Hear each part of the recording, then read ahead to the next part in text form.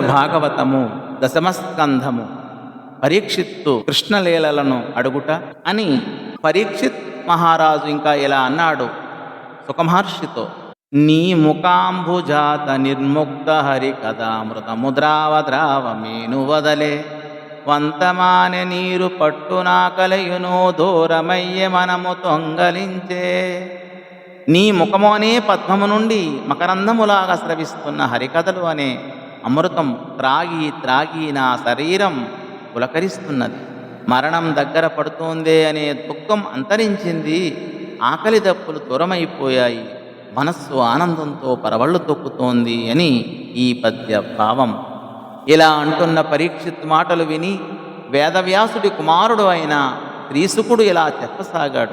విష్ణు కథారతుడగునరు విష్ణు కథల్ చెప్పునరును వినిచుండునరున్ విష్ణు కథా సంప్రశ్నము విష్ణుపది జలము భంగి విమలులజేయున్. విష్ణు కథా ప్రసంగము కూడా విష్ణు కథల యందు ఆసక్తి గలవారిని, విష్ణుమూర్తి కథలు చెప్పేవారిని విష్ణువు పాదాల నుండి పుట్టిన గంగాజలం వరనే పునీతులను చేస్తుంది అని ఈ పద్య భావం.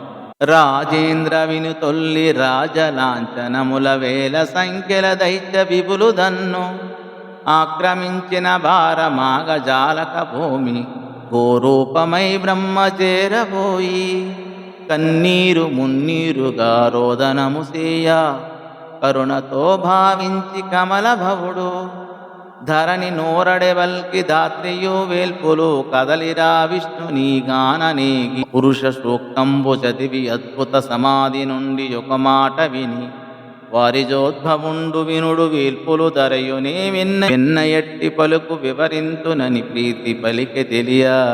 మహారాజా పరీక్షిత్తు, వివరంగా చెప్తా విను.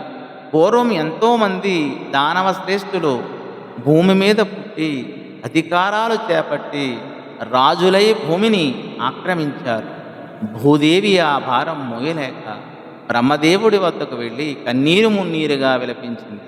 బ్రహ్మదేవుడు కరుణతో భూదేవిని ఊరడించి కర్తవ్యం ఆలోచించాడు. భూదేవిని దేవతలను వెంట పెట్టుకుని విష్ణువును దర్శించడానికి బయలుదేరాడు. పురుష సూక్తం పఠించి అద్భుతమైన సమాధి స్థితిలో ప్రవేశించాడు. ఆ ధ్యానంలో ఒక విషయం ఆయనకు వినబడింది.